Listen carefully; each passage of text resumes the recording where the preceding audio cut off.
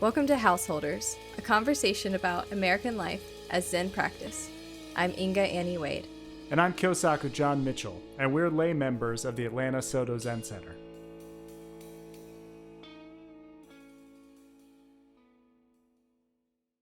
A lot of times on Householders, I feel like it's John and I sort of echo chambering these good thoughts that we have about Zen and about religion, or at least our religion. And I feel like sometimes it can come off a little bit like, well, this is the best thing that there is.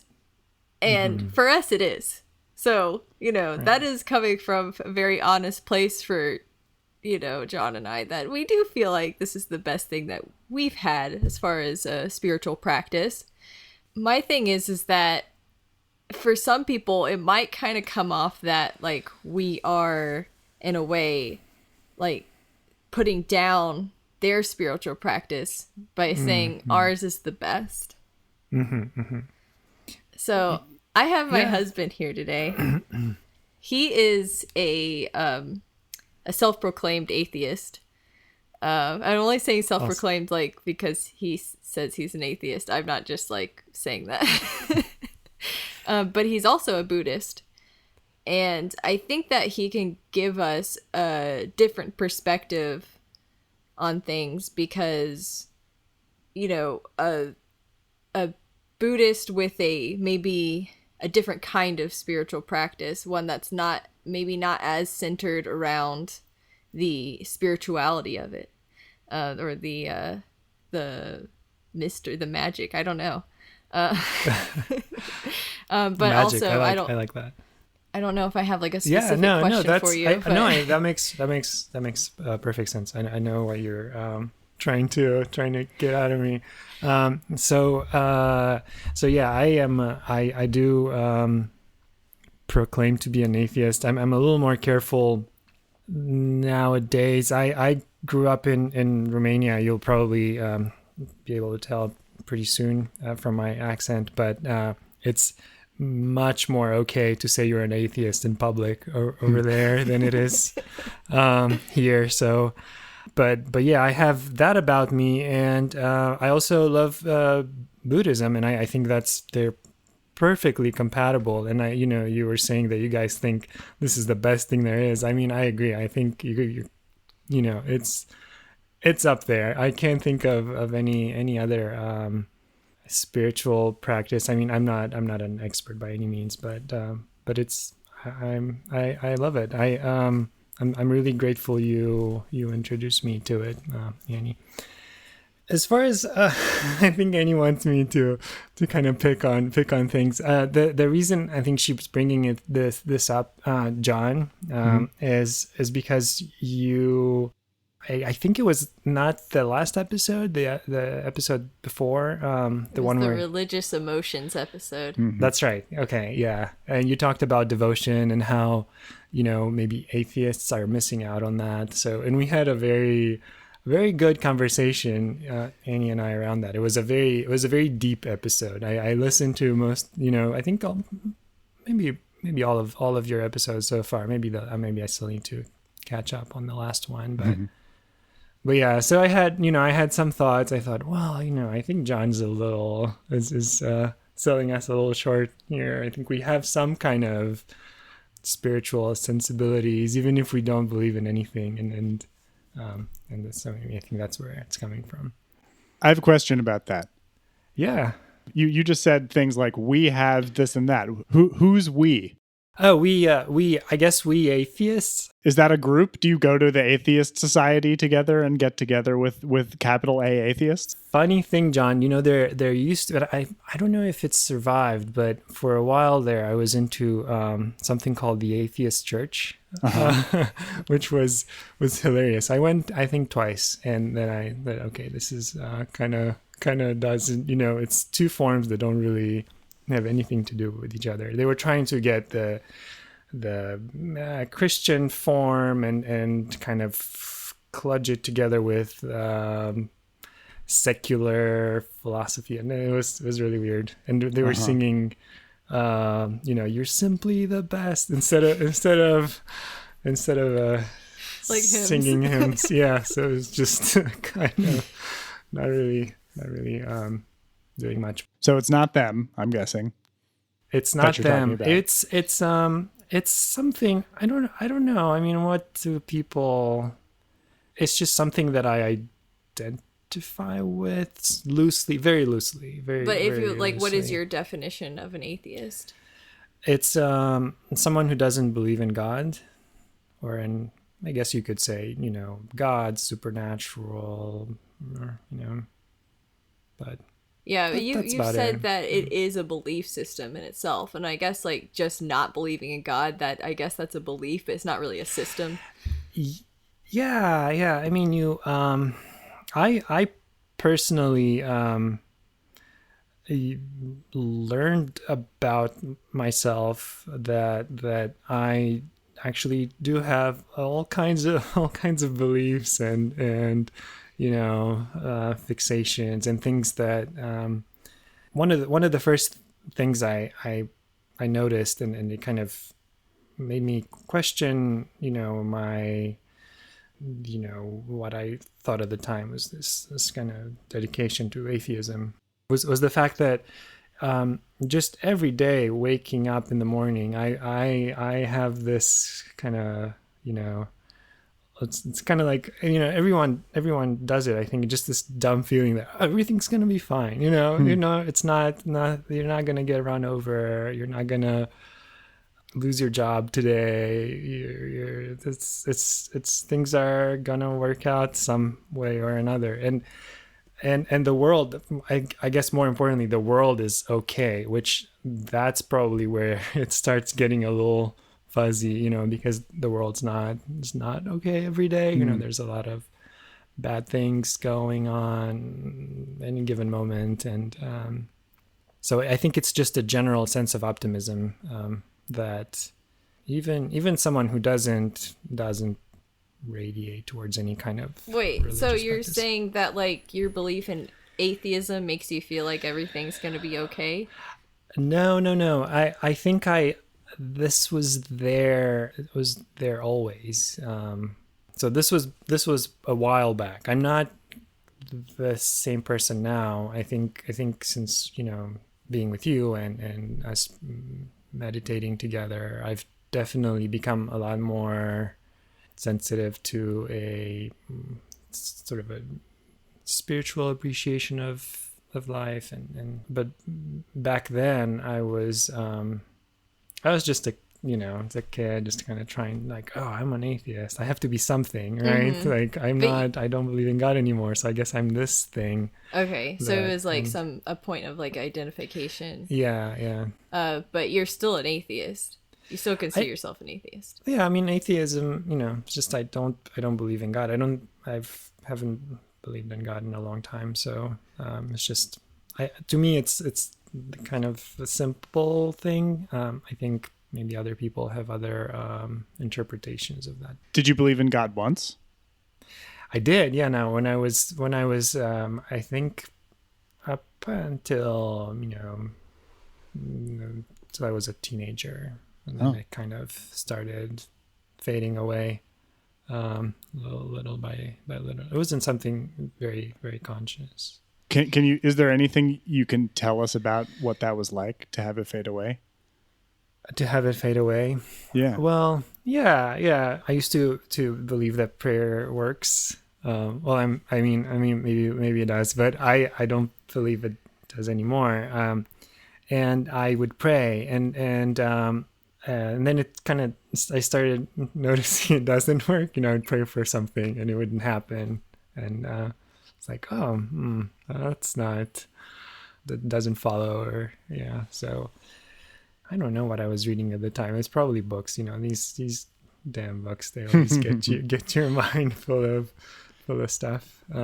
Yeah, some philosophy or something. And Yeah, but it wasn't as like, maybe from what you've talked about, it doesn't seem like you getting away from religion, you not believing in God anymore wasn't as like a big of a deal as when I stopped believing in God. No, yeah, yeah, absolutely. Yeah, we talked about this. Yeah, my family was very, very liberal. They were very encouraging in whichever way I wanted to go. When I would go to church, it was because other kids would go to church, so we'd go together, and it would be something cool that we did. And yeah, let's go and pray and stuff, and light some candles, and it was just something that we did, in middle school and high school. When I stopped going, no one asked me why, or my parents didn't really go either. So we'd go on Easter and Christmas. What does it feel like to think about that going to church with your friends and the lighting the candles and stuff?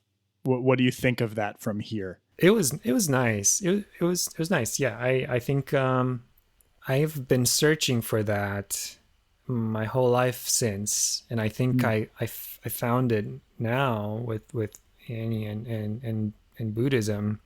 I think people have this innate desire to belong. And I wanted to be a part of something greater than myself, and the whole believing in God, not believing in God thing. I think that was sort of incidental. It was something that happened, and I didn't really have a lot of control over. But then I couldn't. There was no way for me to go back to that place because it's kind of a one-way road. Was there an emotional quality to it for you on either side that you can reflect on? Like, were there emotional tones to the praying and to the believing that were significant to you, and then like on the other side of it, like when it started to go away, how did that feeling relate, if there was a relationship? The qualities of my emotions when I was praying remind me the most about meditation. So I could definitely correlate those two, and I think that wouldn't be a surprise to anyone. But I throughout my life, I think I felt them when I didn't really have any kind of spiritual practice.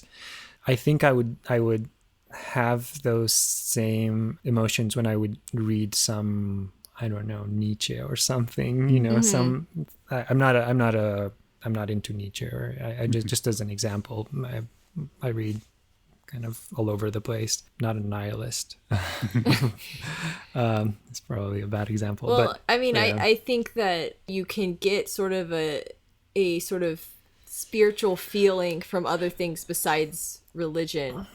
Maybe there's like a song that really touches you. Or with my examples, like I think, during my bachelor's degree, I think there were a lot of moments where I felt like some sort of connection with the world around me and connection with something bigger than myself. And I especially relate this to when the astronomy class I took. And sometimes I can just look at a picture of a galaxy, knowing that there's like millions and billions of stars in that galaxy and planets, and knowing that star, all those stars are like bigger or as big as our sun, and it just goes on infinitely, and that somehow just makes me feel this intense feeling that is very similar to spiritual practice. And I'm wondering if you feel that way towards Buddhism ever, or if you felt that way towards anything else. Yes. The way I had my eyes open to Buddhism was, like I said, through you. It took me reading about it on my own. I didn't immediately adopt it as a practice or even take it terribly seriously. I just knew that you were doing it, and we went to Bible study on Mondays. The book club, the Atlanta Citizen Center Book Club. There's no Bible, so it's not a Bible study. I know. I'm just kidding. But yeah, so we went to that. But then it took me kind of reading about it on my own and taking it through my prism of, oh no, everything needs to be completely, scientific. And so I took this course, and it's an online course. It's about psychology and Buddhism, right? So it's one of those guys that like, well, there's all this. We put a meditator through a brain scan, and this is what comes out. So it had to go through that process for me to really pay attention to it. But after I did that, then it kind of, it was validated, and it's like it checked all the boxes, and it's like, oh yeah, this is awesome. It's something that I can do with you, and it's also, satisfies my pretentiousness about all the. So you basically feel that Buddhism can exist with science, and that was something important to you. Yeah, definitely.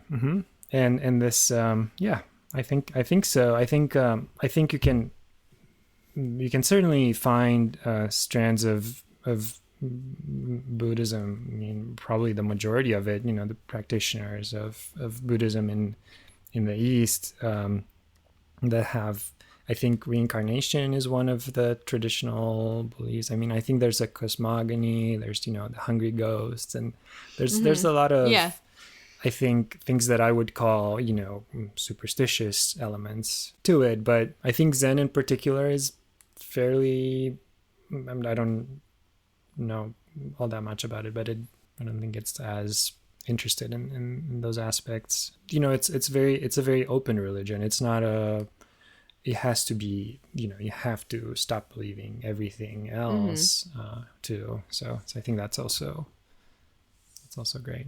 Well, we were going back to this discussion we were having with the Religious Emotions podcast. And John, you'll have to clarify, like, maybe something you were talking about then.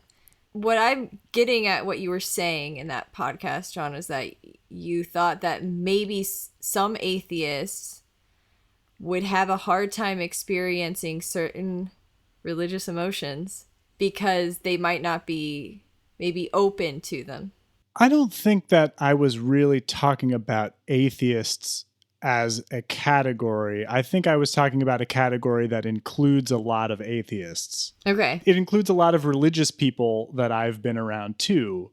But I wasn't talking about atheism as the void that was missing. Like, I wasn't talking about belief in God as the thing that was missing. The idea that was striking to me in that ritual that sort of precipitated that whole episode was that devotion itself was the practice.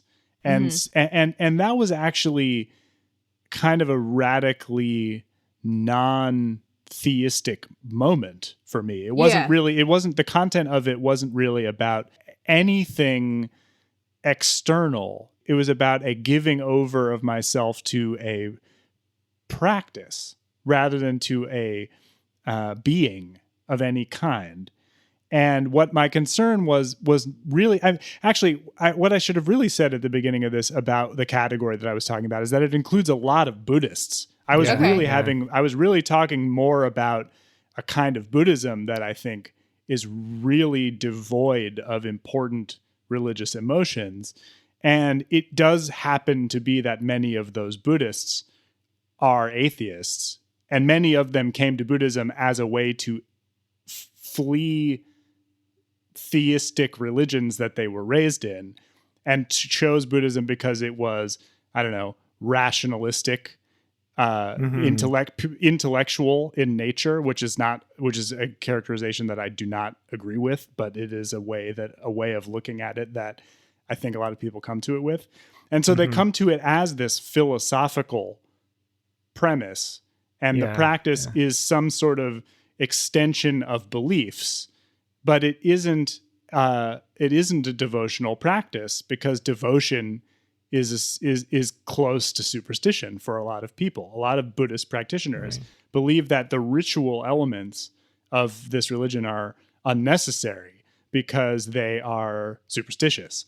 And what I was experiencing that day, now I don't have that particular stance. Like, I've come from a pretty religious, pretty ritualistic background, and I'm pretty comfortable with ritual, and I'm pretty comfortable with spiritual understandings of ritual. But what struck me that day was that the ritual itself, the devotion that I was giving over to the ritual itself, was the operative thing. And so I wanted to make sure that those people who throw out the Western, well, these are exclusively like Western people that we're talking about here, that throw out many of the cultural forms that surround Buddhist practice because they find them superstitious and unnecessary, might be throwing out the thing that makes the experience of practicing Buddhism emotional to them, which is a very different thing from throwing out belief in like the efficacy of the ritual to make changes to the universe or something, like you were talking about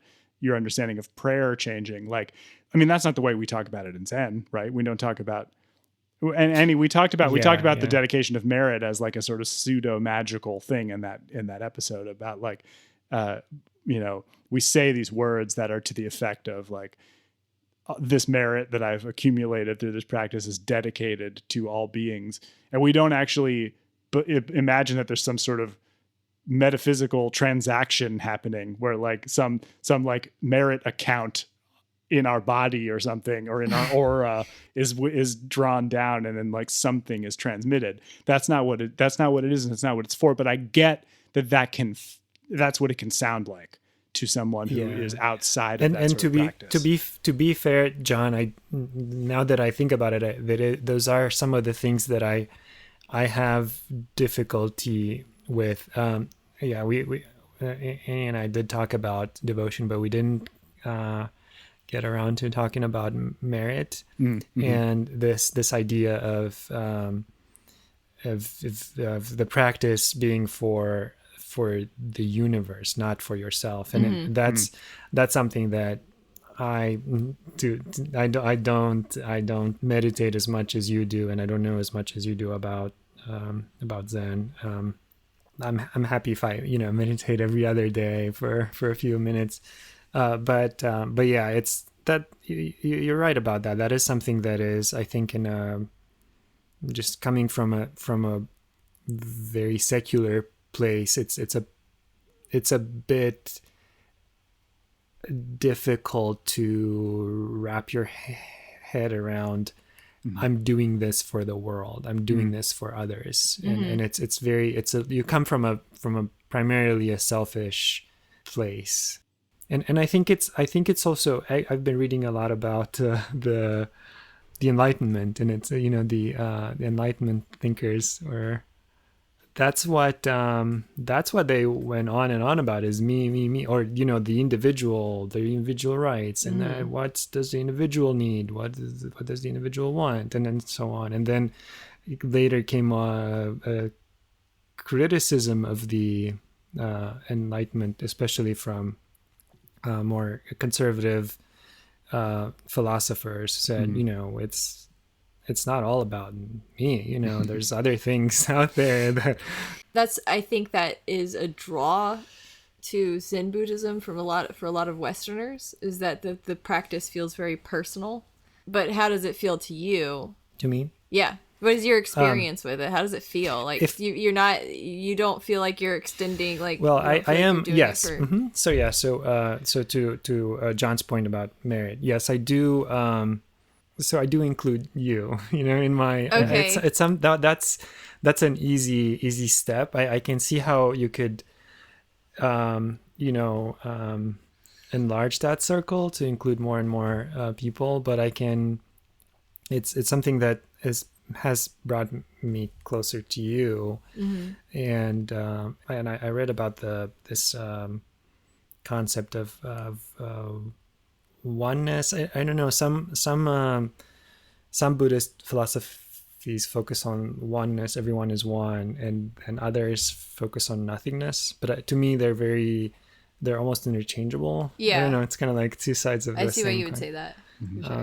But yeah, and it has opened my heart, I think, in a way that I was not before, but I'm definitely not there where I think of the whole world, or of some sort of universal piece that I know a lot of Buddhists do.